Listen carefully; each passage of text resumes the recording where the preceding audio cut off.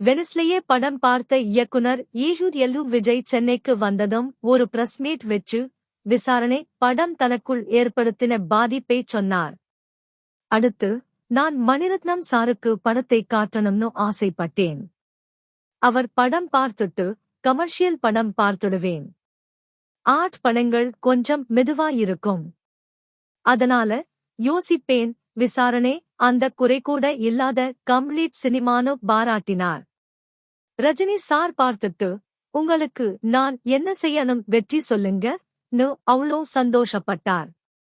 படம் வந்த பிறகு பத்திரிகைகள் பாராட்டுறதை விட ரிலீஸுக்கு முன்னரே விமர்சனம் வந்தா நல்லா இருக்கும்னு நினைச்சேன். அது ஒரு குருட்டுத் தைரியம்தான். ஒருவேளை அவங்களுக்கு பிடிக்காம போனா பாதிப்பாகிடும். தைரியமா பிரஸ் ஷோ போட்டேன். அவங்களும் படத்தை மிகச் சரியா கொண்டு போய் மக்களிடம் சேர்த்தாங்க. பொல்லாதவன் கமர்ஷியல் கதை. ஓடிட்டும் சினிமாவில் இயக்குனர் நடிகர் பாடகர் இசையமைப்பாளர் என்று பெரிய எதிர்த்திறமையை வைத்து தனக்கான ஒரு அங்கீகாரத்தை பெற்றவர் டி. ராஜேந்தர். விசாரணை படத்துக்கு அவர் நான் கொஞ்சம் காலத்தில் இருந்தும் தற்போது வரை எந்த ஒரு கொடுத்த அங்கீகாரம் ரொம்ப பெருசு. அந்த வகையில் முதல் ராஜேந்தரை நடிகை ஒருவர் அட்ஜஸ்ட் தொடங்க அழைத்தே இருக்கு. ஒரு விஷயத்தை பத்திரிகையாளர் கலாபூர்வமான ஜோசப் உயர்ந்த ரசனை கொண்டவர்கள் தமிழ் ரசிகர்கள் தான் நினைக்கிறேன். பின்னாளில் பிரபலமான நடிகரை திருமணம் எடுத்து வச்சிருக்கேன். அவர் இப்போதும் இன்னும் போக வேண்டியதில் நடிக்க வருகிறார். நான் இங்கு வந்து சேர்ந்த படத்தில் அறிமுகப்படுத்திய போது இந்த சமயத்தில் அந்த நீளமான பாதை ராஜேந்தரிடம் இவ்வளவு பேர் பாராட்டும் போது இதை கேட்டு மகிழ சார் இது மட்டுமில்லாமல் நடிகையின் வீட்டுக்கும் அழைப்பு விடுத்துள்ளார். 1997 டி. ராஜேந்தர் அந்த பொண்ணை ஒழுங்காக நடிச்சு தரச்சோனாவது என்று கூறியிருக்கிறார். வீட்டின் முதல் மாடி. மற்றவர்கள் எல்லாம் டி. ராஜேந்தர் போல் இருக்க மாட்டார்கள் என்று சவிதா ஜோசப் தெரிவித்துள்ளார். லயோலா மாணவன் என்ற பெருமிதம் நிறைய சினிமா பார்த்ததால் வந்த எல்லாம் தெரியும் என்ற மனோபாவத்துடன் எக்ஸ்கியூஸ் மீனு சத்தமா கூப்பிடுறேன். ஓய்வா எதையோ வாசிச்சிட்டு இருந்தவர் தலையை தூக்கி என்ன வேணும் உனக்கு கிர மாதிரி பார்த்தார். Hello mister Balamahendra. My name is Vetrimaaran. Father Rajanayagam asked to meet you. வெளியில போ. நாளைக்கு வா பார்க்கலாம் ரூட். அன்னைக்கு அதட்டி மிரட்டி ஓடவை தவறுதான். பின்னாட்களில் என் கர்வத்தை நீக்குவார். சினிமா போதிப்பார். அப்பாவைப் போல் அரவணைப்பார். முரண்படுவார். என்னைக் கண்டு மிரள்வார்னு அப்போ எனக்குத் தெரியாது. பாலமகேந்திராவிடம் நான் உதவி இயக்குனராகச் சேர ஆசைப்பட்டதற்கு ஒரு காரணம் உண்டு. அவர் லயோலா கல்லூரியில் சினிமா பற்றி 2 வருடங்களுக்கு ஒருமுறை ஒரு ஒர்க் ஷாப் நடத்துவார். அங்கு மட்டும் அல்ல. சினிமா ஒர்க் ஷாப் எங்கு நடத்தினாலும் ஒரு கதையுடன் தான் தொடங்குவார். அது நம் ஊர் உலகத்துக்கே தெரிந்த பாட்டி வடை சுட்ட கதை. ஒரு ஊர்ல ஒரு பாட்டி இருந்தாங்க என்றதும் கதை கேட்கும் அந்த குழந்தை உடனடியாக சொல்லும். அந்த ஒரு வரியை குழந்தை முழுமையாக புரிந்து கொண்டுவிட்டது என்பதற்கான அடையாளம் அந்த இப்படி இலக்கியத்திலும் கதை சொல்லலிலும் வாசகன் என்பவன் ஊர்ல ஒரு பாட்டி வடை சுட்டுட்டு இருந்தாங்க என்ற கதையை கேட்கும் குழந்தை அந்த இடத்தில் தன் பாட்டியையும் தன் ஊரையும் ஃபில் இன் தி பிளாங்க்ஸ் போல் நிரப்பிக்கொள்ளும். இப்படி வாசிப்பவன் அவனாக சில விஷயங்களை உருவாக்கிக் கொள்வான். ஆனால் சினிமா ஊடகத்தில் அதற்கு அனுமதி இல்லை. ஒரு ஊர்ல ஒரு பாட்டி. ஓகே. அந்த ஊர் எது? கிராமமா நகரமா மாநகரமா? கிராமம் என்றால் அது கடற்கரை கிராமமா மலை அடிவாரமா சமவெளிப் பகுதியா? வடை சுட்ட பாட்டிக்கு என்ன வயது? தாத்தா உயிரோடு இருக்கிறாரா? இல்லையா? அவர் வசதியான பாட்டியா ஏழை பாட்டியா? இப்படி பல விஷயங்களை இயக்குனர் முதலில் தீர்மானிக்க வேண்டும். இப்படி இலக்கியத்தையும் சினிமாவையும் வித்தியாசப்படுத்த இந்த பாட்டி கதையுடன் தொடங்கும் அந்த ஒர்க் ஷாப் சுவாரஸ்யமானதாக இருக்கும். முழு சினிமாவில் அதுதான் நடிகர் பாடகர் அவரது தனக்கான ஒரு அங்கீகாரத்தை பெற்றவர் டி. ராஜேந்தர். அப்போது அவர் பற்றி அந்த காலத்தில் இருந்தும் என தற்போது வரை ராஜநாயகத்திடம் பாலுமகேந்திரா சார் சொல்லியிருந்தார். அந்த வகையில் தி ராஜேந்தரை நடிகை ஒருவர் அவர் முன்பு அழைத்திருந்தேன் ஒரு விஷயத்தை பத்திரிகையாளர் பாலுமகேந்திரா ஜோசப் தெரிவித்துள்ளார். மை நேம் இஸ் பிரபலமான ஒரு நடிகை பின்னால் ராஜநாயகமான நடிகரை திருமணம் செய்தார். வெளியில போ. அவர் இப்போதும் டிவி சீரியல்களில் நடித்து வருகிறார். ஆனால் அந்த நடிகையை தன் படத்தில் அறிமுகப்படுத்திய போது ராஜநாயகம் மாமாவினார் தி ராஜேந்தரிடம் சென்று அட்ஜஸ்ட்மென்ட் பற்றி பேசியுள்ளார். இப்போ உங்ககிட்ட உதவியாளரா சேர வீட்டுக்கும் அழைப்பு விடுத்துள்ளார். என்னை தீர்க்கமாக பார்த்தார் ராஜேந்தர். அந்த பொண்ணை ஒழுங்காக நடிச்சு சொல்லி இருந்தீங்களாம் என்று கூறியிருக்கிறார். இலக்கியம் தெரிஞ்சவல்ல சொல்லி இருந்தேன். மற்றவர்கள் எல்லாம் தி ராஜேந்தர் தூக்கி வாரிக்க மாட்டார்கள் என்று சபிதா ஜோசப் தெரிவித்துள்ளார். ஆங்கில இலக்கிய மாணவன். தமிழில் ஜெயகாந்தன், பாலகுமாரனை தவிர வேறு எதையும் படித்திராதவன். காதல் கடிதங்கள் கூட ஆங்கிலத்தில்தான். சரி, இங்கிலீஷ்ல உனக்கு பிடிச்ச புத்தகங்களைச் சொல்லுயூ. To kill a mockingbird, roots, one flew over the cuckoo's nest. 3 புத்தகங்களைச் சொன்னபோது அவரிடம் எந்தச் சலனமும் இல்லை, எந்த மாற்றமும் இல்லை. நின்றிருந்த என்னைப் பார்த்து உட்காரு என்றார். புத்தக வாசிப்பு ஒருவனுக்கு என்ன கொடுத்துவிடும் என சிலர் கேட்பது உண்டு. பாலுமகேந்திரா போன்ற ஒரு பெருங்கலைஞனின் எதிரே அமர்வதற்கான இருக்கையே அதுதான் எனக்கு வாங்கித் தந்தது. சந்தோஷத்துடன் அவர் முன்பு அமர்ந்தேன்.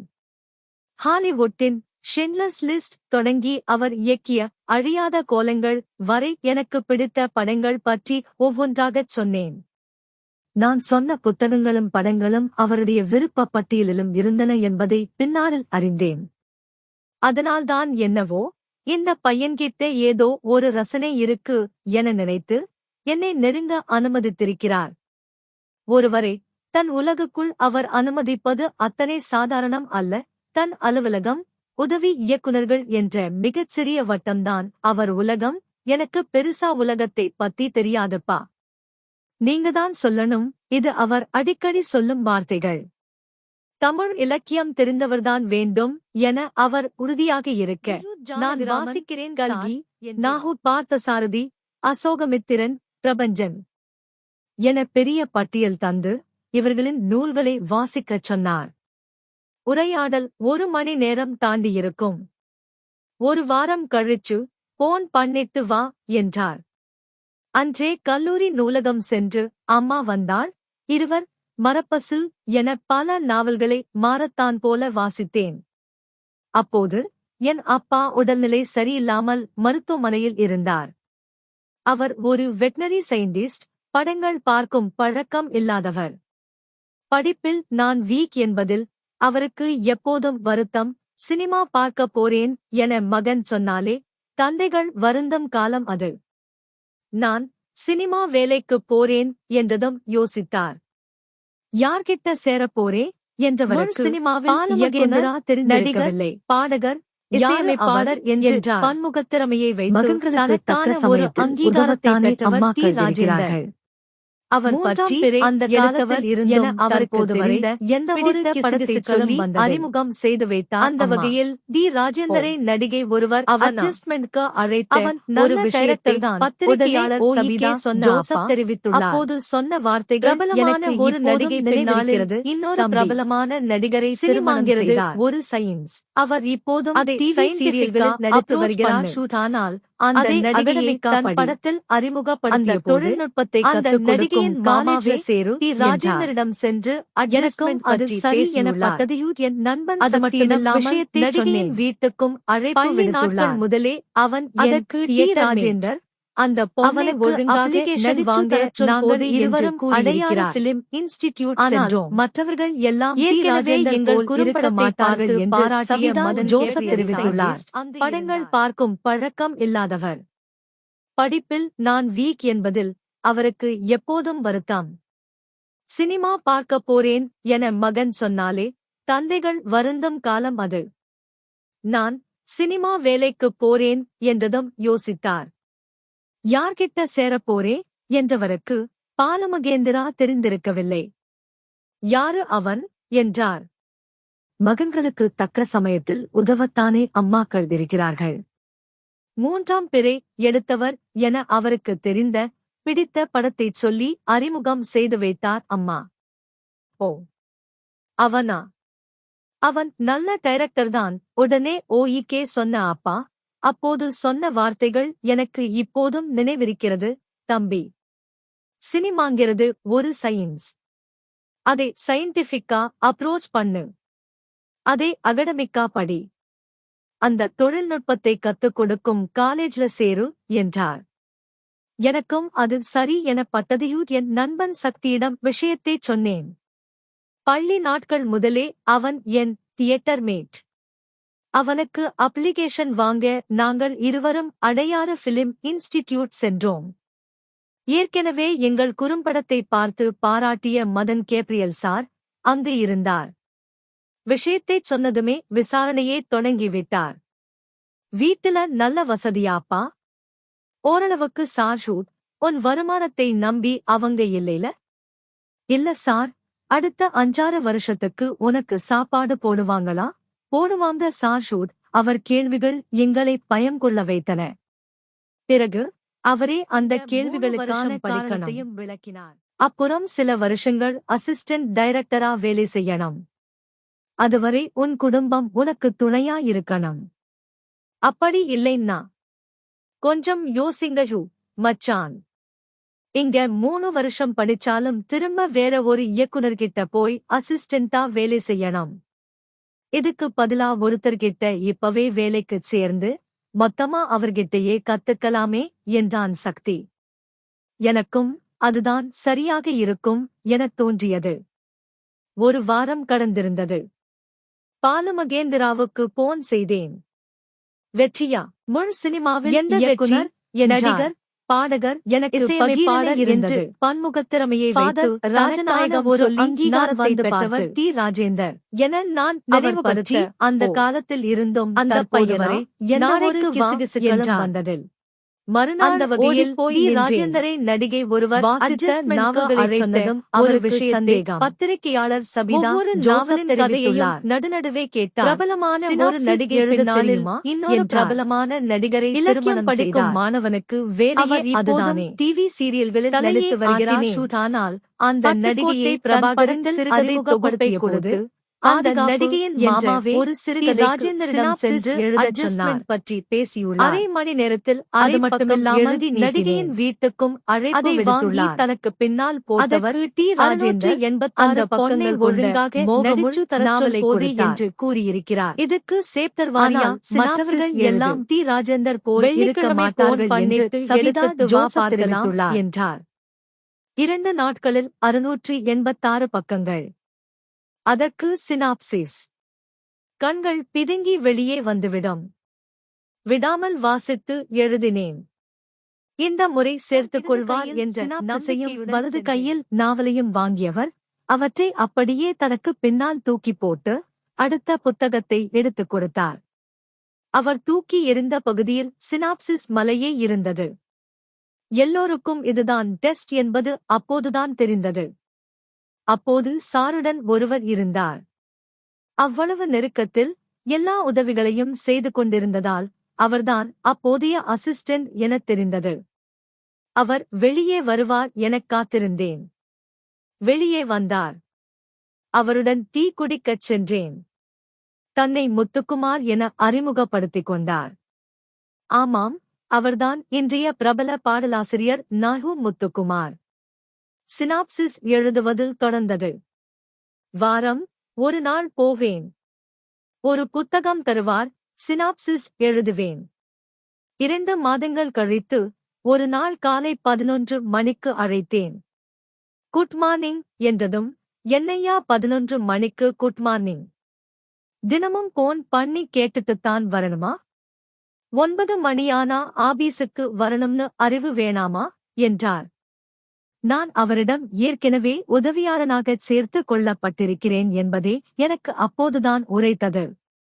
பாலு மகேந்திரா சார் கேட்டபோதுதான் அவர் என்னை ஏற்கனவே உதவி இயக்குனராக வேலைக்கு சேர்த்துக் கொண்டார் என்பது தெரிந்தது.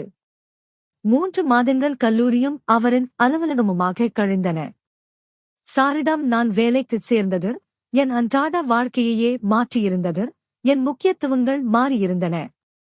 எப்போது வேண்டுமானாலும் அவர் என்னை அழைக்கலாம். உடனே சென்றாக வேண்டும். மறுநாள் கல்லூரிக்குச் செல்வது கூட நிச்சயமற்றதாக கிளாஸுக்கு வருவியா? நண்பர்கள் கேட்டால் சார் போன் பண்ணச் சொல்லியிருக்கார். அவர் கூப்பிட்டானா அங்கே போயிடுவேன், இல்லைனா காலேஜ் வருவேன். இப்படித்தான் இருந்தன அந்த நாட்கள். பிஇஏ நாட்களிலேயே என் சினிமா ஆர்வத்தை பேராசிரியர்கள் அறிவார்கள். எம்இஏ நுழைவுத் தேர்வில் நான் அதிகபட்ச மதிப்பெண். சினிமாவில் இயக்குனர், நடிகர், பாடகர், இசையமைப்பாளர் என்று பன்முகத்திறமையை வைத்து தனக்கான ஒரு அங்கீகாரத்தை பெற்றவர் டி. ராஜேந்தர். சின்ன பதற்றத்துடன் அவர் பற்றி அந்த காலத்தில் வரக்கூடாதா தற்போது வரை எந்த ஒரு கிசுகிசுகளும் வந்தது. நீ சினிமாவுல ஆர்வமாக இருக்க டி. ராஜேந்தரை நடிகை ஒருவர் அட்ஜஸ்ட்மெண்ட் அழைத்து ஒரு விஷயத்தை பத்திரிகையாளர் சபிதா ஜோசப் தெரிவித்துள்ளார். நான் சொன்ன பதிலை பிரபலமான ஒரு நடிகை பின்னால் அறியாமல் பிரபலமான நடிகரை திருமணம் செய்தார். அப்படி சொல்லாதீங்க சார். அவர் இப்போதும் சினிமா சீரியல்களில் நடித்து வருகிறார். அந்த நடிகையை தன் படத்தில் அறிமுகப்படுத்திய போது ரயில் பயணிக்க நடிகையின் மாமாவாக சொன்னேன். டி. ராஜேந்தரிடம் சென்று அட்ஜஸ்ட்மெண்ட் பற்றி பேசியிருக்கிற வேறு ஒரு மாணவர். அது மட்டுமில்லாமல் நடிகையின் வீட்டுக்கும் அழைப்பு விடுத்துள்ளார். அவன் சேர்ந்தாலாவது படிச்சு உருப்படியாக ஏதாவது செய்வான். அந்த பொண்ணை ஒழுங்காக வேண்டாதற்காக கையெழுத்து கூறியிருக்கிறார். எவ்வளவோ பேராசிரியர்கள் இருந்தாலும் நம் மனதுக்கு நெருக்கமானவர்கள் இருக்க மாட்டார்கள் என்று சபிதா ஜோசப் தெரிவித்துள்ளார். ஒரு பேராசிரியர் ஜோசப் சந்திரா அவ்வளவு எனர்ஜெட்டிக்காக வகுப்பு நடத்துவார். என்ன ஆனாலும் சரி, டிகிரி முடிக்காம போயிடாத. எம்இஏ சீட் கிடைத்ததும் அவர் அழைத்து பேசினார். நான் எப்படியும் சினிமாவுக்குச் சென்று விடுவேன் என்பதுதான் அவருடைய முடிவும். அவர்கள் எதிர்பார்த்தபடியே எம்இஏ 3வது செமஸ்டரில் சாரிடம் சேர்ந்து கல்லூரிக்கும் அவரின் அலுவலகத்துக்கும் இடைவெளி விழத் தொடங்கி இருந்தது. அந்த மாற்றங்கள் எதுவும் என்னை பாதிக்கவில்லை. நான் முன்பை விட மகிழ்ச்சியாகவும் ஆர்வத்துடனும் என் வேலைகளைச் செய்து கொண்டிருந்தேன். அப்போது ரஜினி ஹேமா என்கிற தோழி இருந்தாள். நாங்கள் நெருங்கிய நண்பர்கள். அவளின் கைனடிக் ஹோண்டாவை எடுத்துக் கொண்டுதான் சாரின் அலுவலகம் செல்வேன். திரும்புவதற்குள் கல்லூரி முடிந்திருந்தாலும் எனக்காக காத்திருப்பாள். பிறகு அங்கிருந்து அவள் தங்கியிருந்த எக்மோர் ஒய்டபிள்யூசியுஏ ஹாஸ்டலுக்குச் சென்று அவளை டிராப் செய்ய வேண்டும். அவளுடன் செலவிடும் நேரமும் குறைந்தது. கல்லூரியில் அட்டெண்டன்ஸ் குறைந்தது. எப்போதுமே ஃபைன் கட்டி தேர்வு எழுதும் அளவுக்குத்தான் என் வருகை பதிவு இருக்கும். ஆனால் அந்த ஆண்டு அதற்கும் வழி இல்லை. சினிமாவா எம்இஏவா முடிவெடுத்தே ஆக வேண்டிய சூழ்நிலை. ஒரு நொடிகூட தடுமாற்றம் இல்லை, யோசிக்கவும் இல்லை. சினிமாதான், அதுவும் சாரிடம்தான் என்பதில் தெளிவாக இருந்தேன். எம்இஏ பாதியில் நின்றது. அதன் பின்னர் தினமும் சாரின் அலுவலகம் செல்ல ஆரம்பித்தேன். அந்த நாட்களில்தான் நாயூர் முத்துக்குமாருடன் நட்பானேன். வாங்க, நம்ம சினிமா நண்பர்கள் சிலரை அறிமுகப்படுத்தி வைக்கிறேன். அன்று முத்துக்குமார் அழைத்துச் சென்ற இடம் வடபழனி குமரன் காலனியில் ஒரு வீடு. இவர் சீனிவாசன். சாரிடம் சேர முயற்சி பண்ணிட்டிருக்கார். அன்று அறிமுகமாகிய சீனிவாசன்தான் இன்றைய சீனராமசாமி. சார் அழைப்பார் என்பதற்காகவே ராஜ் டிவி வேலையை விட்டு காத்திருந்தார். என்னது, சார் உங்களைச் சேர்த்துக்கிட்டாரா? நான் அவருக்காக 8 மாசமா காத்திருக்கேனே. இருந்த வேறு ஒருவர் ஐகோ என்கிற 5 கோவிலான். பாரதிராஜாவின் துணை இயக்குனர். சீமானின் படங்களுக்கு வசனம் எழுதிக் கொண்டிருந்தார். நடிகர், பாடகர், அப்போது இசையமைப்பாளர் என்று முயற்சியை வைத்து தனக்கான ஒரு அங்கீகாரத்தை பெற்றவர் டி. ராஜேந்தர். 2 ரூம்கள் பற்றி ஒரு அந்த காலத்தில் இருந்தும் தற்போது அறையில் பழைய துணிகள், படப்பிடிப்பு சாமான்கள் நிறைந்த வகையில் டி. ராஜேந்தரை நடிகை அறைதான் அவருக்கானது அழைத்த ஒரு விஷயத்துக்கு பத்திரிகையாளர் சபிதா ஜோசப் தெரிவித்துள்ளார். முக்கால் பாகம் பிரபலமான ஒரு நடிகை பின்னாளில் இன்னொரு பிரபலமான நடிகரை திருமணம் செய்தார். அவர் கொஞ்சம் இடம் மட்டுமே ஓரமாக வருகிறார். ஆனால் அந்த அறைக்குள் நுழைவதில் அவர் உலகத்திற்குள் நுழைவது போன்றது. அந்த நடிகையின் மாமாவை நாங்கள் ராஜேந்தரிடம் சென்றாராவது சீனியர் அசிஸ்டன்ட் வந்தார். அவரை மட்டும் அது மட்டுமில்லாமல் அழைத்துச் சென்று டிஸ்கஷன் தொடங்குவார். நாங்கள் அதற்கு டி. ஏக்கத்துடன் அந்த ராஜேந்தர், அறை அந்த கதவையே பொண்ணை பார்த்துக் ஒழுங்காக கொண்டிருப்போம். நடிச்சு தரச் அந்த சொல் வீடுதான் என்று அவர் கூறியிருக்கிறார். என்றார். அந்த அறைதான் ஆனால் அவரின் மற்றவர்கள் இதயம். எல்லாம் டி. ராஜேந்தர் அவரின் போல் இருக்க அறைக்குள் மாட்டார்கள் நுழைவது என்று எப்படி சபிதா சாதாரண ஜோசப் விஷயம் தெரிவித்துள்ளார். இல்லையோ? அதேபோல அவரை தொப்பி இல்லாமல் பார்ப்பதும் முடியாத காரியம். தன் தொப்பி அடையாளத்தில் கவனமாக இருப்பார். அதுவும் கண்ணை மறைக்கும் வகையில் தொப்பியை போட்டிருப்பார். ஒருநாள் நடந்து போய்க் கொண்டிருக்கும்போது ஒரு மரக்கிளை அவரின் நெற்றிப்பொட்டில் தட்ட, கால் தடுக்கி கீழே விழுந்தார். நாம் கால் தடுக்கி கீழே விழுந்தால் காயம் இல்லாமல் தப்பிக்க கைகளை தரையில் ஊன்றுவோம். ஆனால் அவரின் ஒரு கை தொப்பி கீழே விழாமல் அனிச்சையாக பிடித்துக் கொண்டது. தொப்பி அவருக்கு உடம்பில் ஓர் உறுப்பு போல. இப்படி சார் உடனான ஒவ்வொரு நாளும் அன்பும் என்ன சொல்வாரோ என்ற பயத்திலேயே சொதப்புவோம். சமயங்களில் சும்மாவே திட்டு விழும். என்னப்பா இப்படி உட்கார்ந்திருக்க என்பார். எழுந்து நின்றால், என்னையா இப்படி நிக்கிற? உட்காரையா என்பார். உட்கார்ந்தால், ஏம்பா கையை கட்டிட்டு இருக்க? நான் உன்னை என்னப்பா பண்ணினேன் என்பார். அதை ஏன் எடுக்குற? திடீரென குரலை உயர்த்துவார். வெட்டி, நான் சொல்றது உனக்கு புரியலையாடா என அழுத்துக் கொள்வார். அவருக்கு வெற்றி வராது. எப்போதும் நான் அவருக்கு வெட்டிதான். 8 வருடங்கள். அவரின் நிறைகுறைகளை ஏற்றுக்கொண்டுதான் அவருடன் இருக்க முடியும். காரணம், அவரின் உலகம் மிகச் சிறியது. அவரும் அடிக்கடி, நான், என் வீடு, என் அசிஸ்டன்ஸ், எனக்கு இந்த 4 தெருதானேடா வாழ்க்கை என்பார். உண்மைதான், அவருக்கு உதவி இயக்குநர்கள்தான் எல்லாமும். இயக்குனர் என்றால் உதவி இயக்குநர்களுடன் தான் குப்பை கொட்டியாக வேண்டும். சினிமா இயக்குநர்களின் வரம், சாபம் இரண்டுமே இதுதான். எட்டாக்கனியாக எங்களை ஏங்க வைத்த அவரின் அறைக்குள் முதலாக நுழைந்த அந்த தருணம் மறக்க முடியாதது. அப்போது நானும் முத்துக்குமாரும் மட்டுமே இருந்தோம். பகல் 11 மணி இருக்கும். வெயில் கொளுத்திக் கொண்டிருந்தது. வாங்கப்பா, ரூம்ல போய் பேசுவோம் என்றார் சார். எங்களால் அதை ப்ரமோஷனாகவே நினைத்தோம். அந்த அறை நுழைவுக்கான அன்பு அழைப்பு, நீங்கள் என் உதவி இயக்குனர் என அவர் எங்களை அங்கீகரித்ததன் அடையாளமாகவே பட்டது. அதை நானும் முத்துக்குமாரும் அடுத்த கட்ட நகர்வாக கருதி முழு சினிமாவில் சாதனை புரிந்துவிட்ட நடிகர், பாடகர், இசையமைப்பாளர் என்று பன்முகத் அறையை வைத்து தனக்கான ஒரு அங்கீகாரத்தை பெற்றவர் டி. ராஜேந்தர். அந்தந்த அறைகளில் அவர் நின்று பேசும்போது அந்த காலத்தில் இருந்தும் தற்போது வரை எந்த ஒரு மற்ற இடங்களை விட கிச்சனில் நின்று அந்த வகையில் பேசுவது ராஜேந்தரை நடிகை ஒருவர் அட்ஜஸ்ட்மெண்ட் அழைத்தே வந்து விஷயத்தை மேனேஜரை சபிதா ஜோசப் தெரிவித்தார். அதே மேனேஜர் அவர் பிரபலமான ஒரு நடிகை பின்னாளில் இனம் புரியாத பிரபலமான நடிகரை திருமணம் செய்தார். அப்படி அவர் முறையாக டிவி சீரியல்களில் நடித்து வருகிறார். ஆனால் அந்த நடிகை மகேந்திரா என்கிற அதிசயத்தின் படைப்பாற்றலுக்குள் அந்த நடிகையின் மாமாவையும் அவரின் ராஜினாமாவையும் தெரிந்து கொள்ளும் ஆர்வம் பற்றி பேசியுள்ளார். புது வேலை தொடர்பாக அது மட்டுமில்லாமல் நடிகை விஷயத்திற்கும் அழைப்பு விடுத்துள்ளார். டிவிக்கு ஒரு ப்ராஜெக்ட் டி. ராஜேந்தர் அழியாத கோலங்கள் படத்தோட எக்ஸ்டென்ஷன் மாதிரியான ஒரு கூறியிருக்கிறார். இருக்கேன். ஆனால் மற்றவர்கள் எல்லாம் டி. ராஜேந்தர் போல் இருக்க மாட்டார்கள் என்று சபிதா ஜோசப் தெரிவித்துள்ளார். முதல்ல இந்த அழியாத கோலங்கள் எக்ஸ்டென்ஷனுக்கு ஏதாவது ஐடியா இருந்தா சொல்லுங்க.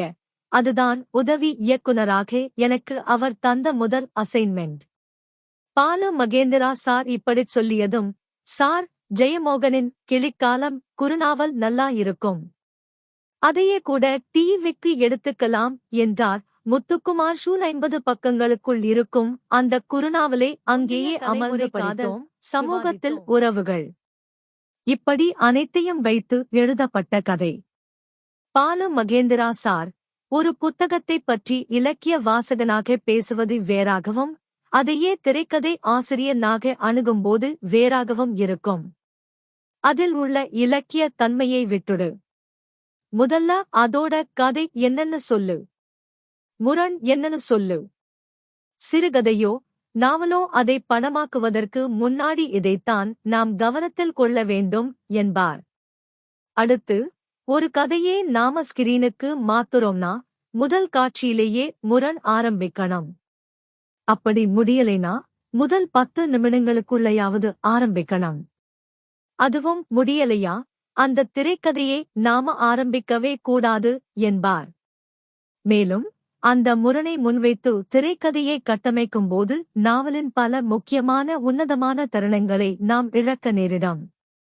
ஆனால் ஒரு திரைக்கதை ஆசிரியன் அறுவை சிகிச்சை செய்யும் ஒரு மருத்துவ நிபுணனைப் போல் துல்லியமாக அந்த விஷயங்களை மெல்ல எடுத்து வெளியே வைத்துவிட்டு திரைமொழிக்கு ஏற்றாற்போல் அந்த கதைக்கு மறுவடிவம் கொடுக்க வேண்டும் என்பார்.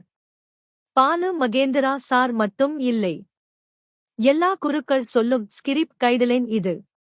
பிறகு இந்தக் கதை எந்தக் காலத்தில் நடப்பதாக செட் பண்ணலாம் என விவாதித்தோம். கடைசி வரை ஒரு முடிவுக்கு வராமல் அழியாத கோலங்களை மனசுல வெச்சுக்கிட்டு உங்களின் அனுபவங்களையோ உங்களின் கற்பனையையோ சேர்த்து கதை எழுதிட்டு வாங்க என்றார். நாங்கள் இருவருமே எழுத ஆர்வமாக இருந்தோம். ஆனால் சாரின் சீனியர் உதவி இயக்குநர்கள் மூலம் தனக்கு கிடைத்த அனுபவத்தை முத்துக்குமார் நீ எழுதினதாடா என்பாராம். அதனால் சோம்பேறிகள் என்று திட்டு வாங்குவதே மேல் என்று எழுதாமலேயே விட்டுவிடுவார்களாம். முழு சினிமாவில் நானும் நடிகர் தனித்தனியாக கதை இசையமைப்பாளர் என்று பல்லுத்திறமையை தருவது அதனால் ஒரு அங்கீகாரத்தை ஒரு பையன் வீட்டை விட்டு ஓடிப்போவது அவர் பற்றி அந்த பள்ளி கால அனுபவங்களை நான் காட்சிகளாக எழுதியிருந்தேன் வந்ததில் அந்த வகையில் கதைகளையும் ராஜேந்தரை நடிகை ஒருவர் அட்ஜஸ்ட்மெண்ட் முதல் காட்சியில ஒரு விஷயத்தை வேறு ஒரு கதையாளர் ஆரம்பித்தார். ஜோசப் தெரிவித்துள்ளார். நான் முத்துக்குமாரை பிரபலமான ஒரு நடிகை பின்னாளில் இன்னொரு பிரபலமான நடிகரை கதை சொல்லிக் கொண்டே போனார். அவர் இப்போது அவரே சீரியல்களில் நடித்து வருகிறார். அந்த நடிகையை தன் படத்தில் அறிமுகப்படுத்திய போது பண்ண வேண்டிய அந்த நடிகை கிடையாமாவே ராஜேந்திரனிடம் சென்று மால்குடி பேசியுள்ளார். சுஹாசினி பண்ணின அது மட்டுமில்லாமல் நடிகையின் வீட்டுக்கும் அழைப்பு விடுத்துள்ளார். அதற்கு ராஜேந்திரனுக்கு பிடிச்ச சிறுகதைகள் எல்லாம் சொல்லுங்கப்பா என்று இலக்கிய சிந்தனை சிறுகதைகள் தொகுப்பை எல்லாம் மற்றவர்கள் எல்லைகளை ராஜேந்திரன் இருக்க மாட்டார்கள் என்று சபிதா ஜோசப் தெரிவித்துள்ளார். அது ராமன் கையெழுத்துல இருக்கும்.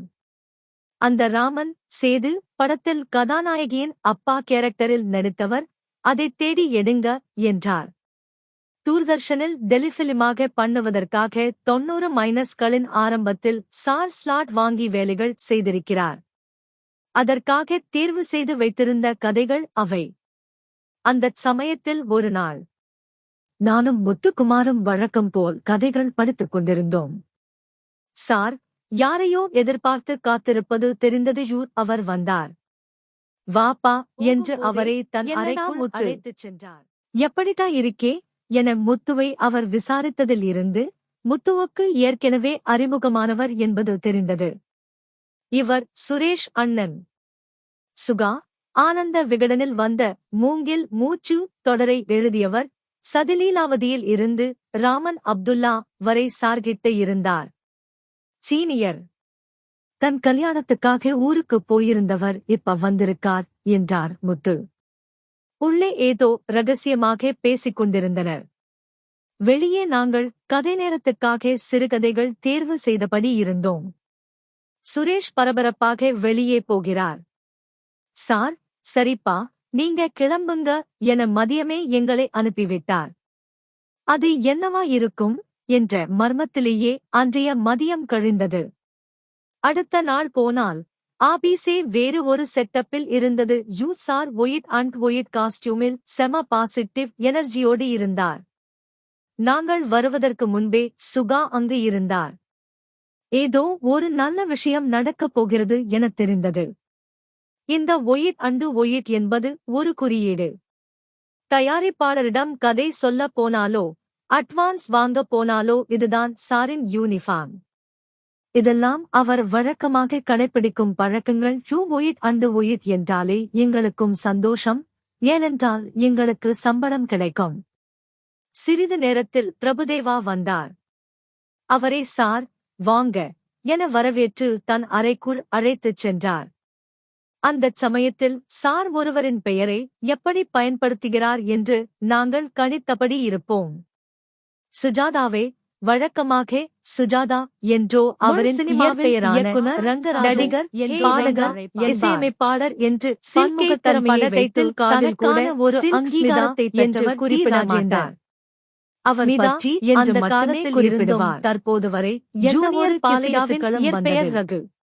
அந்த வகையில் யாருமே அந்த பெயர் நடிகை ஒருவர் அழைத்திருக்க மாட்டார்கள். அழைத்த ஒரு விஷயத்தை இவர் பத்திரிகையாளர் சபிதா ஜோசப் தெரிவித்துள்ளார். அன்றும் அப்படித்தான் பிரபலமான ஒரு நடிகை பின்னால் எப்படி அழைப்பார்? பிரபலமான நடிகரை திருமணம் செய்தார். தேவா என்பவர் இப்போது எங்கள் சீரியல்களில் நடித்து வருகிறார். ஷூட் ஆனால் கதை கேட்டு நடிகை வெளியே வந்த பிரபுதேவா அறிமுகப்படுத்திய சாரிடம் பணிவாக வணங்கிவிட்டு கிளம்பினார். தி. ராஜேந்திரனிடம் சென்று அட்ஜஸ்ட்மெண்ட் பற்றி பேசியுள்ளார் என்றபடி வழி மட்டுமில்லாமல் நடிகையின் வீட்டுக்கு ஏதோ ஒரு வகையில் சார் எங்களை ஆச்சரியப்படுத்தியபடியே இருப்பார். அந்த வெளியே இருந்த சுகாவை தனியாக சந்திக்க என்று அப்போதுதான் நேரம் கிடைத்தது.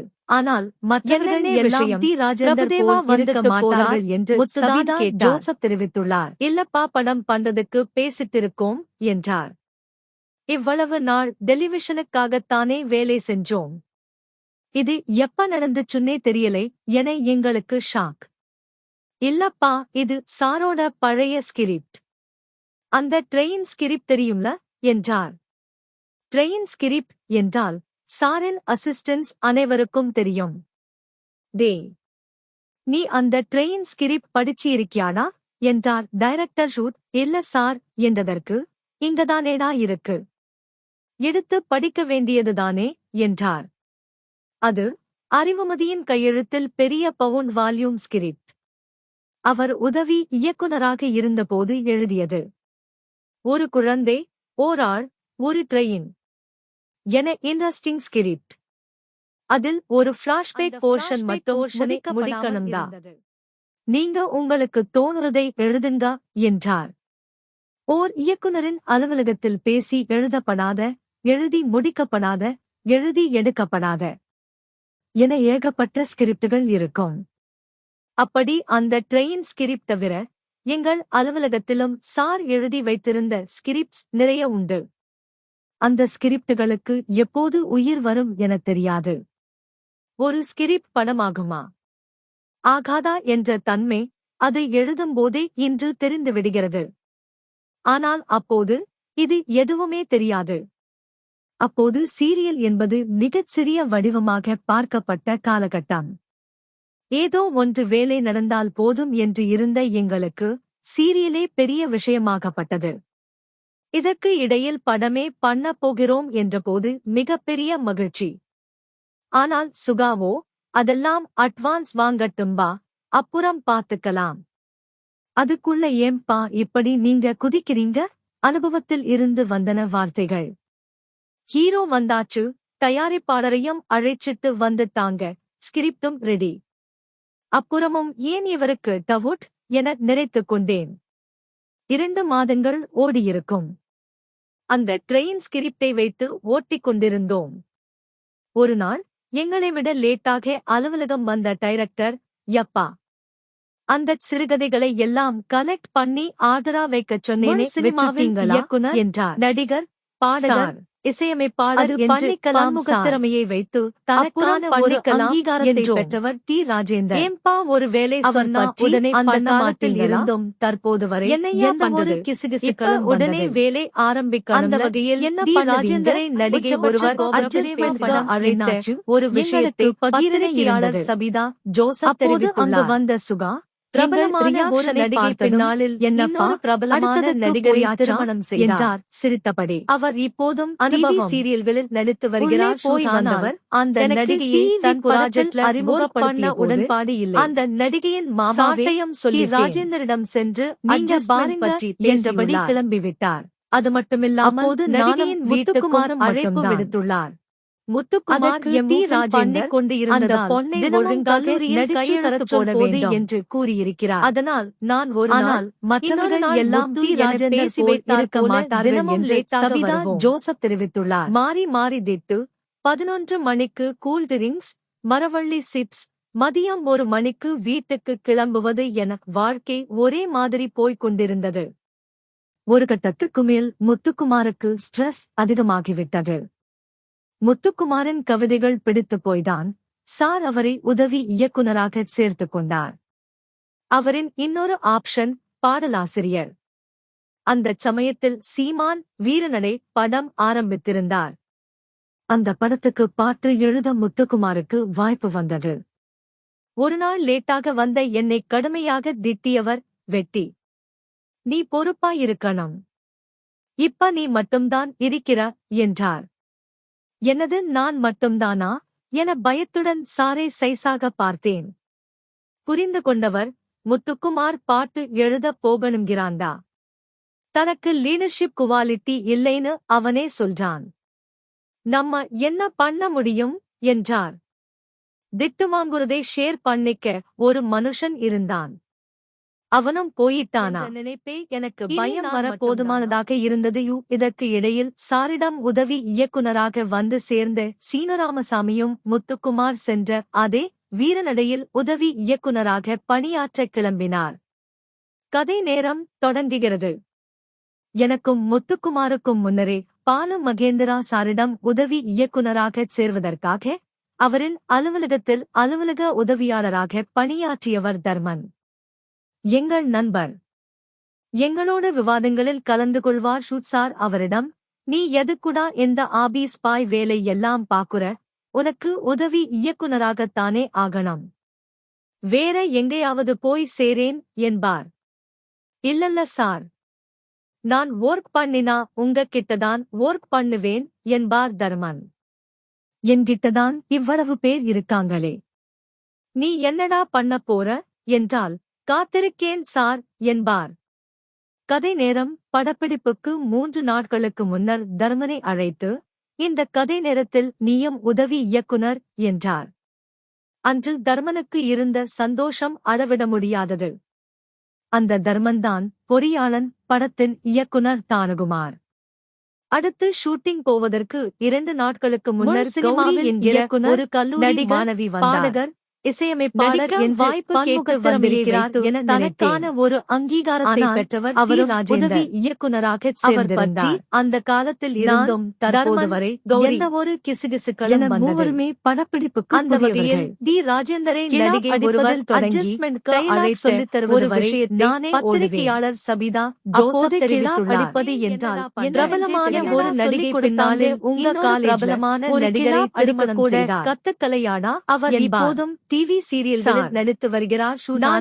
அந்த நடிகையை தன் படத்தில் அறிமுகப்படுத்திய போது அந்த நடிகையின் மாமாவே டி ராஜேந்திரிடம் சென்று ஒரு கிலா அடிக்க கூட சொல்லித் தரலையாடா. அது மட்டுமில்லாமல் நடிகையின் வீட்டுக்கும் அழைப்பு விடுத்து ஸ்தம்பித்து நிற்கும். அதற்கு டி மகேந்திராவின் அந்த பொருளை உலகமாக சினிமா மற்றும் போது சொல்லிக் கொடுப்பார்கள் என்பதாக இருந்தது. ஆனால் மற்றவர்கள் எல்லாம் எல்லா வேலையையும் போல் இருக்க மாட்டார்கள் என்று சபிதா ஜோசப் தெரிவித்துள்ளார். கௌரியை எடிட் பார்த்துக்கச் சொல்லு, தர்மனை கிளாப் அடிக்கச் சொல்லு, நீ டயலாக் சொல்லித்தா என்பார். ஆனால் எங்கள் வேலையில் பயங்கர குளறுபடிகள் வரும்போது அவருக்கு பிரஷர் அதிகரிக்கும். அப்படியான ஒரு சமயத்தில்தான் கத்துக்குட்டிகளை வெச்சிக்கிட்டு வேலை செய்யலாம். கத்தவே தெரியாத குட்டிகளை வெச்சிக்கிட்டு எப்படிட்டா வேலை செய்யறது என்றவர், இவனிங்களை வெச்சிக்கிட்டு வேலை செய்ய முடியாது, நம்ம ஞானி என்ன பண்றான்னு கேளுடா, ஃப்ரீயா இருந்தா வந்து உதவி பண்ணச் சொல்லுடா என்றார் தன் மேனேஜர் சாயியிடம். அந்த ஞானிதான் தங்கவேலவன். அப்போதுதான் முதல் முறையாக அவரை சந்திக்கிறேன். அந்த தங்கவேலவன் பாலு மகேந்திரா அளவுக்கு எனக்கு சினிமாவில் முக்கியமானவராக இருப்பார் என்றோ, விசாரணை படம் வரை என்னை நகர்த்திக் கொண்டு வருவார் என்றோ அப்போது எனக்கு தெரியாது. சார் என்னை அழைத்து, கிட்டிக்கு குர்தா கொடுத்துடு, மெலனிக்கு போல்கா டாட்ஸ் கவுன் கொடுத்துடு என்று சொன்னார். நான் காஸ்டியூமர் ரவியிடம் போல்கா டாட்ஸ் டிரஸை கேட்க, அவர் அந்த டிரஸ் இங்கே இல்லை வெற்றி என்றார். நானும் கிளறியும் தேடினோம். தர்மனும் சேர்ந்து தேட சொன்னதும் கடுங்கோபமாகி திட்டத் தொடங்கினார்.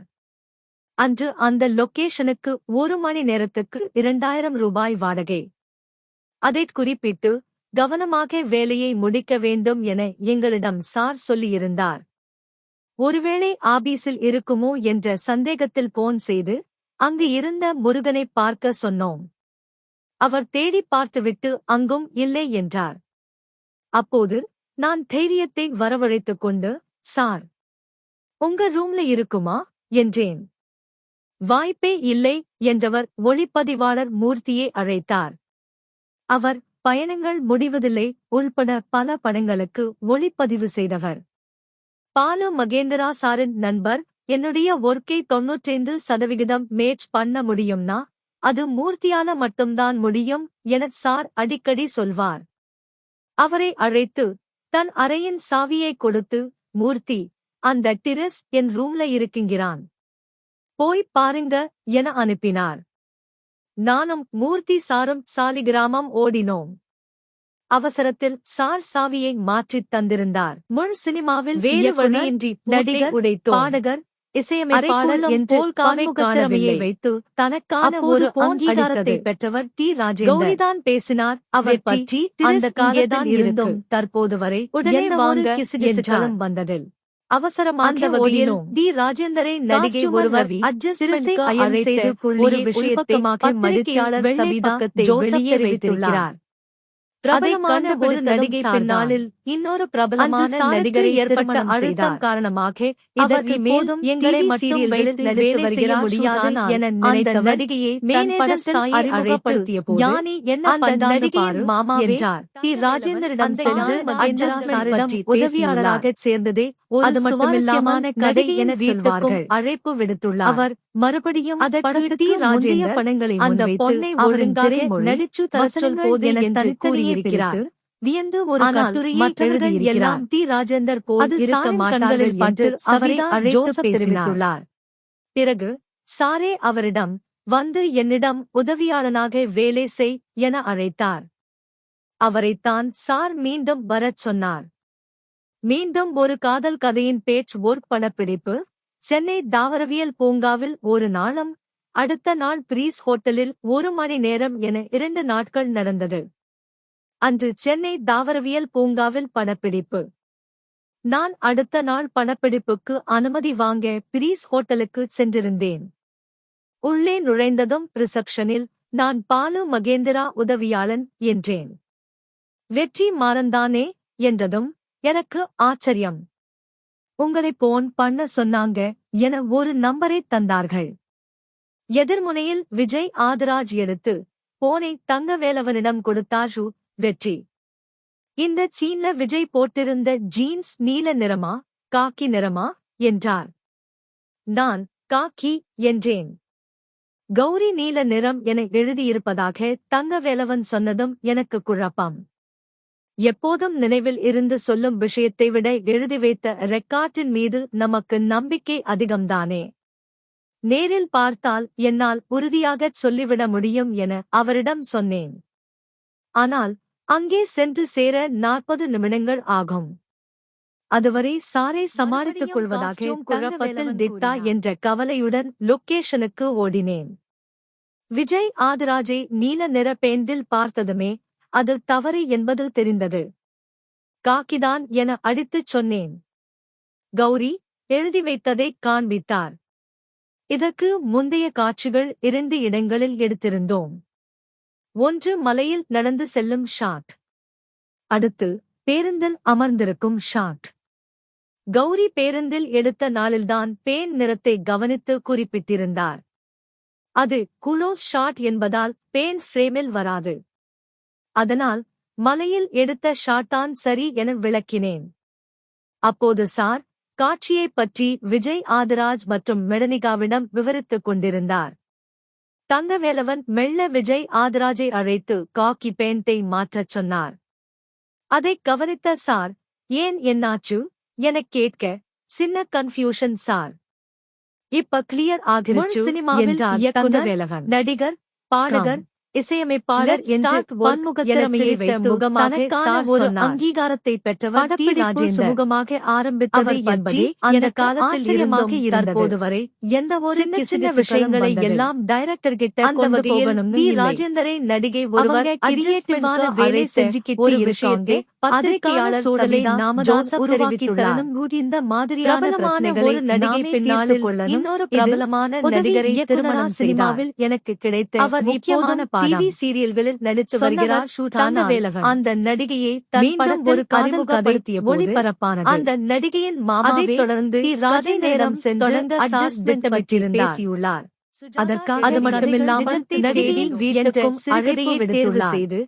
திரைக்கதை எழுதி ராஜேந்தர் சார் அந்த பொண்ணை ஒழுங்காக நடித்து வீடு உள்ளடங்கி இருக்க இருக்கிறார். ஆனால் மற்றவர்கள் எல்லாம் ராஜேந்தர் போல் இருக்க மாட்டார்கள் என்று சபிதாடியான வீடுதான் இந்த கதைக்கு சரியாக இருக்கும் என்றார் சார். அதற்கான லொகேஷன் பார்க்க நானும் தங்கவேலவனும் சென்றோம். வளசரவாக்கத்தில் உள்ள ராஜசிம்மா ஹவுஸை பார்த்ததும் கதைக்கு பொருத்தமான அமைப்பு அந்த வீட்டில் இருப்பதாக தங்கவேலவன் சொன்னார். அவர் சொல்லும் வரை அது எனக்கு புலப்படவில்லை. ஆபீஸ் போனதும் லொகேஷன் கிடைத்த சந்தோஷத்தில் நான் கடகடவென சாரிடம் சொல்ல ஆரம்பித்தேன். சார் மறுநாள் வந்து பார்த்து விடுவதாகச் சொன்னார். அதன் பின்னர் ஒருநாள் தங்கவேலவன் என்னிடம் அது பற்றி பேசினார். வெற்றி, அன்னைக்கு நீங்க சார்கிட்ட வீட்டை பத்தி சொல்றப்பா உங்களுக்கு தோணினதா மென்ஷன் பண்ணீங்க. அப்படி சொல்லி இருக்க கூடாது. நான் தானே அந்த வீடு ஏன் சரியா இருக்கும்னு சொன்னேன் என்றார்.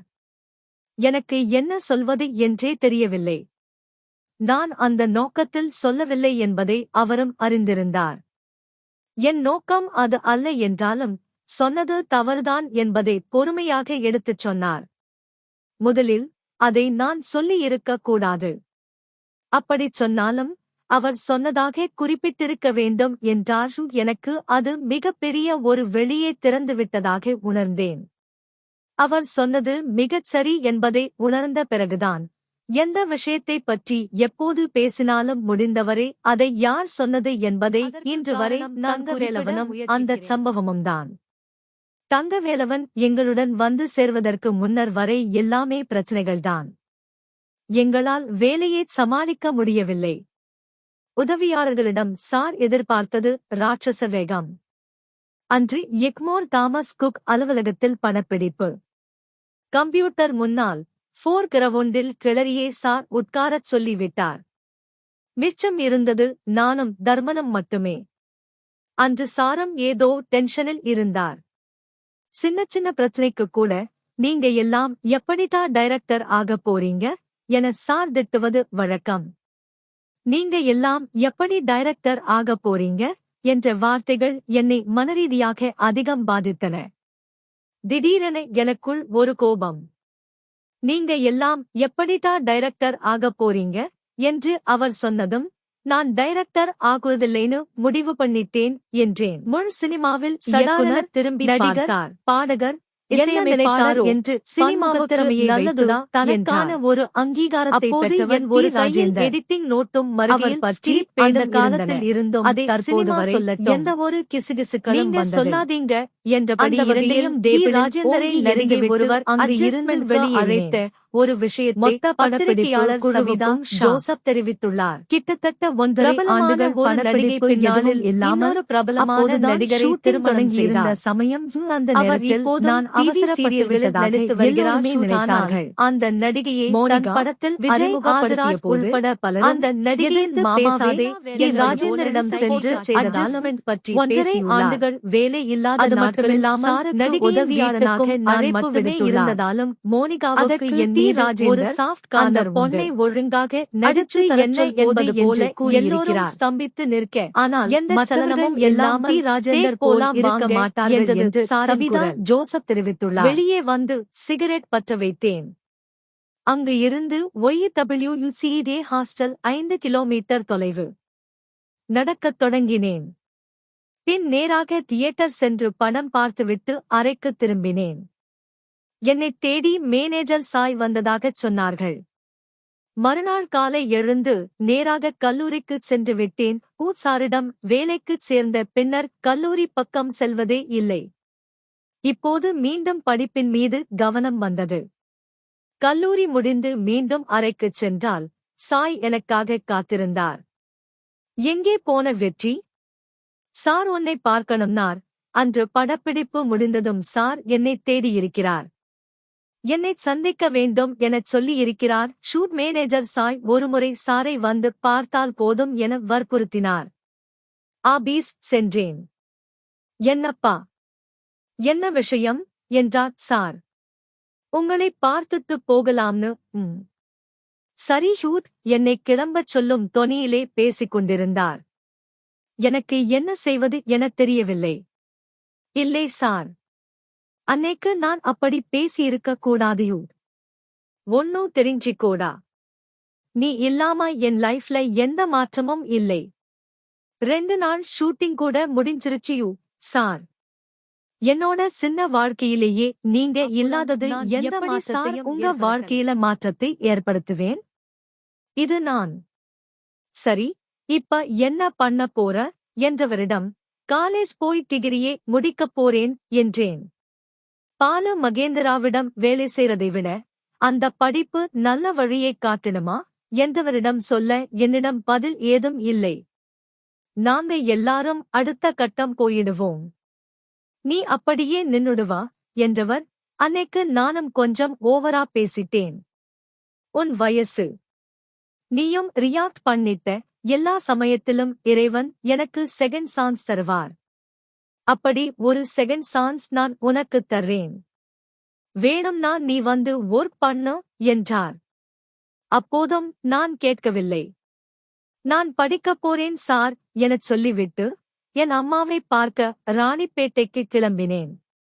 வீட்டுக்குள் நுழையும் போதே அம்மா யாரிடமோ போனில் பேசிக் கொண்டிருந்தார். நடிகர், பேசி முடித்ததும் இசையமைப்பாளர் என்று பன்முகத்திறமையை வைத்து தனக்கான ஒரு அங்கீகாரத்தை பெற்றவர் டி. ராஜேந்தர். முதல்ல போய் சார்கிட்ட மன்னிப்பு அந்த காலத்தில் வேலையில் சேருவதுவரை எந்த ஒரு கிசுகிசு வேறு வழி இல்லாமல் நானும் அந்த வகையில் வந்து டி. ராஜேந்தரை நடிகை ஒருவர் அட்ஜஸ்ட்மென்ட்க்கு அழைத்த ஒரு விஷயத்தை பத்திரிகையாளர் சபிதா ஜோசப் தெரிவித்துள்ளார் என்றார். பிரபலமான ஒரு நடிகை பின்னாளில் என்றதும் இன்னொரு பிரபலமான நடிகரை திருமணம் செய்தார். நம்ம ஆபீஸ்தானே என சீரியல்களில் நடித்து வருகிறார் ஷூட். ஆனால் அந்த நடிகையாளருடன் காத்திருக்கும் இடத்தில் என்னை உட்காரச் சொன்னார். அந்த நடிகையின் மாமாவை விட்டுவிட்டு ராஜேந்திரனிடம் தர்மனையும் அட்ஜஸ்ட் அறைக்கு அழைத்து டிஸ்கஷனை தொடங்கினார். அது மட்டுமில்லாமல் நடிகை அவரின் மனநிலை அழைப்பு விடுத்துள்ளார். சில மணி நேரத்துக்கு பிறகு என்னிடம் வந்தவர் பொன்னை ஒழுங்காக நடிச்சு தரச்சொல் என்ன விஷயமா வந்திருக்கிறார் என்றார். ஆனால் மற்றவர்கள் எல்லாம் டி. ராஜேந்தர் போல இருக்க மாட்டார்கள் என்று சபிதா ஜோசப் தெரிவித்துள்ளார். இனி என்னால சேர்த்துக்க முடியாது என்றவர் ஒரு சாரி கூட சொல்ல மாட்டல்ல நீ என்றார். நான் அமைதியாக இருந்தேன். நீ மறுபடியும் சேரணும்னா மத்த உதவியாளர்கள் அதுக்கு ஒப்புக்கணும். நீ அவங்க கிட்ட பேசு என்றார். நான் கெளரியிடமும் தர்மனிடமும் பேசினேன். ஏன் வெற்றி அப்படி பண்ணீங்க எனக் கேட்டார் கௌரி. எல்லாம் நல்லபடியாக முடிந்து வேலை மீண்டும் ஆரம்பித்தது. நடந்ததை எல்லாம் நினைத்து நான் நெருடலுடன் வேலை செய்து கொண்டிருந்தேன். ஆனால் சார், அந்த 4 நாட்களை எங்கள் உறவில் இருந்து தூக்கி போட்டுவிட்டு சகஜமாகிவிட்டார். அவை எதையுமே அவர் நினைவில் வைத்துக் கொள்ளவில்லை. அதுதான் பாலு மகேந்திரா. கதை நேரம், படப்பிடிப்பு சமயம்தான் சார் ஆபீஸ் அதிக பரபரப்பாக இருந்த காலம் எனலாம். அப்படி ஒரு பரபரப்பான நாள் அது. வெளியே போகணும் என்பதால் ஒரு ஆட்டோ எடுத்துவரச் சொன்னார். ஆட்டோ வந்துவிட்டது. நானும் தர்மனும் வாசலில் நின்று பேசிக் கொண்டிருந்தோம். கீழே வந்த சார் முகத்தில் பயங்கர டென்ஷன். திடீரென, எடிட்டிங் ரிப்போர்ட் எழுதிட்டியா என தங்கவேலவரை சத்தம் போட்டார். அவர் முடிக்கப் போவதாகச் சொல்ல இன்னும் கோபமாக சத்தம் போட்டார். என்ன காரணம் என்றே புரியாமல் மொத்த ஆபீஸும் அவர் சத்தத்துக்கு இடம் அளித்து அமைதியானது. மாலை வருவதற்குள் எல்லாம் முடித்திருக்க வேண்டும் என்றார். என்னை பார்த்து, உங்கிட்ட என்ன புக்ஸ் இருக்கு என்றார். எடிட்டிங் புக்கும் இன்னும் 2 புக்ஸும் இருக்கு என்றேன். 4:30 மணிக்கு எடுத்துட்டு வந்து என்னை வீட்டுல பாரு அங்கே இருக்க. என்னை மட்டும் கிளம்பச் சொன்னது வித்தியாசமாகவும் நெருடலாகவும் இருந்தது. மாலை புத்தகங்களை எடுத்துக்கொண்டு வீட்டுக்குப் போனேன்.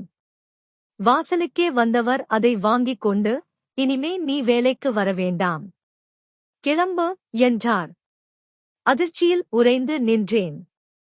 அதைப் பற்றி அவர் வேறு யாரிடமும் பேசவில்லை. மற்ற உதவி இயக்குநர்களிடம், வெட்டி இனிமே வேலைக்கு வர மாட்டான். அவன் வேலையை நீங்க ஷேர் பண்ணிக்குங்க என்று மட்டும் சொல்லியிருக்கிறார். எதற்காக என்னை வேலையை விட்டு நீக்கினார் என்பது தெரியாமல் மன உளைச்சலுக்கு ஆளானேன். சினிமாவில் அதன் பிறகு நடிகர், பல முறை முயன்றும் இசையமைப்பாளர் என்று பன்முகத்திறமையை வைத்து நான் இல்லாமலேயே ஒரு அங்கீகாரத்தை பெற்ற கதையின் படப்பிடிப்பு முடிந்து எடிட்டிங் நடந்து அந்த காலத்தில் அப்போது மேனேஜர் சாய் எந்த ஒரு என்னை பார்க்க வந்தார். அவன் என்னை பார்த்தவதில் டி ராஜேந்தரை நடிகை ஒருவர் வேணும்னா இன்னைக்கு எடிட்டிங் வரச் சொல்லு என சொல்லி அனுப்பியிருந்தார். ஜோசப் தெரிவித்துள்ளார். நான் எடிட்டிங் அறைக்கு பிரபலமான ஒரு நடிகை பின்னாலுக்கு வரச் சொன்ன பிரபலமான நடிகரை திருமணம் செய்தார். ஆபீஸுக்கு போ. அவர் இப்போதும் டிவி சீரியல்களில் நடித்து வருகிறார்.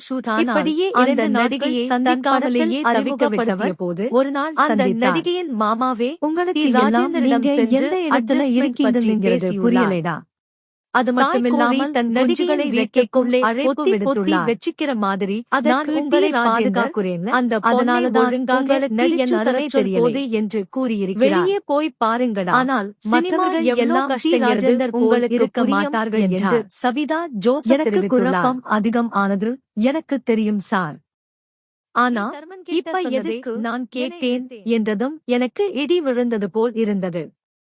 அன்று தர்மனும் நானும் படிகளின் கீழே நின்று பேசிக் கொண்டிருந்தோம். 52 வாரம் கதை நேரம் முடிந்ததும் படம் எடுக்க வாய்ப்பு தேடிச் சென்றுவிட இருப்பதாக தர்மன் சொன்னார். அவ்ளோ நாள் எல்லாம் இந்த ஆள்கிட்ட யார் ஒர்க் பண்ணுவா? எவ்ளோ டார்ச்சர்! 20 எபிசோட் ஒர்க் பண்ணோமா? வெளியே போய் படம் பண்ணிட்டு போயிட்டே இருக்கணும். வயசான ஆளுங்ககிட்ட எல்லாம் வேலை செய்ய முடியாது என அன்று நான் சொன்னதே ஆட்டோ வந்துவிட்டதா என பார்ப்பதற்காக பால்கனைக்கு வந்த சார் கேட்டிருக்கிறார். அதை கேட்டதும் சாருக்கு பெரும் கோபம் வந்திருக்கிறது. அதை என்னிடம் காட்ட வேண்டாம் என்பதால்தான் அன்று என்னை உடனே அனுப்பியிருக்கிறார். ஆமா சார், வெளியே படம் பண்ண முயற்சி பண்ண போறேன்னு சொன்னேன் என்றேன். அவரோ அன்னைக்கு என்ன சொன்னேங்கிறதை தெளிவா மறுபடியும் சொல்லு என்றார். நான் மெளனமாகி இருந்தேன். நீ எனக்கு வெறும் அசிஸ்டன்ட் டைரக்டரா இருந்திருந்தா உன்னை வேலையை விட்டு போன்னு சொன்னதுக்கு அப்புறம் கூப்பிட்டு வெச்சு பேசிக்கிட்டு இருக்க மாட்டேன். உன்னையும் நான் ஷங்கி மாதிரி தாண்டா பார்க்கிறேன். அதனால தாண்டா எனக்கு இது ரொம்ப வலிக்குது. இவ்ளோ சொன்ன பிறகும் சாரி என்னைச் சேர்த்து கோங்கனு சொல்ல மாட்டேங்கிறல நீ என்றார். எனக்கு ஒரு மாதிரி இருக்கு சார் என்றேன். சார் எப்போதும் அவருக்கு கம்ஃபர்டபிளான உதவியாளர்களுடன் தான் இயங்குவார்.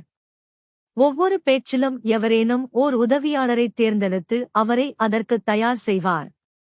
சாரால் அப்படி உருவாக்கப்பட்ட நான் அவரை தரக்குறைவாக பேசியது அவரை காயப்படுத்தி. சார் காலை 4:30 மணிக்கு எழுந்து 7 மணிக்கே ஸ்கிரிப்ட் எழுத தயாராகிவிடுவார். என்னை 7 மணிக்கு வரச் சொன்னால் நான் 7:45 மணிக்குத்தான் வருவேன். இதுதாண்டா எனக்கு வெட்டிக்கிட்ட பிடிக்காதது. எப்ப வரச் சொன்னா எப்ப வர்றான் பாரு என்று தர்மனிடம் குறைபட்டுக் கொள்வார். நான் வந்தவுடன் 5 நிமிடங்கள் திட்டிவிட்டு சாப்பிட்டியா என்பார். நான் சாப்பிடவில்லை எனத் தெரிந்தால் அவரே என்னை டைனிங் டேபிளில் அமர வைத்து பரிமாறுவார். சினிமாவில் இயக்குனர், சாண்ட்விச் நடிகர், தோசை வரும் இசையமைப்பாளர் எல்லாவற்றையும் அவரே வைத்து தனக்கான ஒரு அங்கீகாரத்தை தட்டையும் அவர்தான் எடுப்பார். அவர் பற்றி அந்த காலத்தில் இருந்தால் தற்போது வரை நீ எந்த ஒரு கிசுகிசுக்களும் நான் தான் செய்யணும். அந்த வகையில் ராஜேந்தரை நடிகை ஒருவர் அட்ஜஸ்ட்மெண்ட்க்கு அழைத்த ஒரு விஷயத்தை பத்திரிகையாளர் சபிதா ஜோசப் தெரிவித்துள்ளார். கதை நேரம் பிரபலமான ஒரு நடிகை பின்னால் சொல்ல இன்னொரு பிரபலமான நடிகரை திருமணம் செய்தார். ஆட்கள் மாறினால் அவரால் டிவி சீரியல்களில் நடித்து வருகிறார். எனக்கு அவர் அந்த நடிகையை தன் அங்கீகாரத்தை நான் உணரவில்லை, மதிக்கவில்லை என நினைத்தார். டி ராஜேந்தரிடம் செய்தது தவறு என பேசியுள்ளார். அதை அவரிடமில்லாமல் நடிகையின் வீட்டு மீண்டும் என்னை வேலைக்கு சேர்த்துக் கொள்ளச் சொல்லி கேட்கக்கூட என்னால் முடியவில்லை என்பதையும் அவரிடம் தரச்சொல் போது என்று 2 நாட்கள் கழித்து வரச் சொன்னால் மற்றவர்கள் எல்லாரும் போல் இருக்க மாட்டார்கள் என்று சபிதா ஜோசப் பாதுகாப்பு சிறுகதையே அடுத்து படமாக்க சார் திட்டமிட்டு இருந்தார். அப்போது தங்கவேலவன் தன் சொந்த பட வேலைக்காக போயிருந்தார். மீண்டும் அதே டீம். தர்மன், கௌரி மற்றும் நான். உடன் சரவணன் புதிதாக சேர்ந்திருந்தார். சரவணன், குக்கு, ராஜமுருகனின் அண்ணன். இந்த முறை சொதப்பல்கள் குறைவு. அவரோடு இணைந்து பணியாற்றிய பிறகு உதவி இயக்குனராக பணியாற்றுவதன் நுணுக்கங்கள் எனக்கு ஓரளவு புலப்பட்டிருந்தது. எனக்கும் தங்கவேலவனுக்கும் செஸ் மிகவும் பிடிக்கும். இரவு வேலைகளை முடித்துவிட்டு செஸ் விளையாட ஆரம்பித்தால் விடியும் வரை விளையாடுவோம். அப்படியே கிளம்பி வேலைக்கு வந்துவிடுவோம்.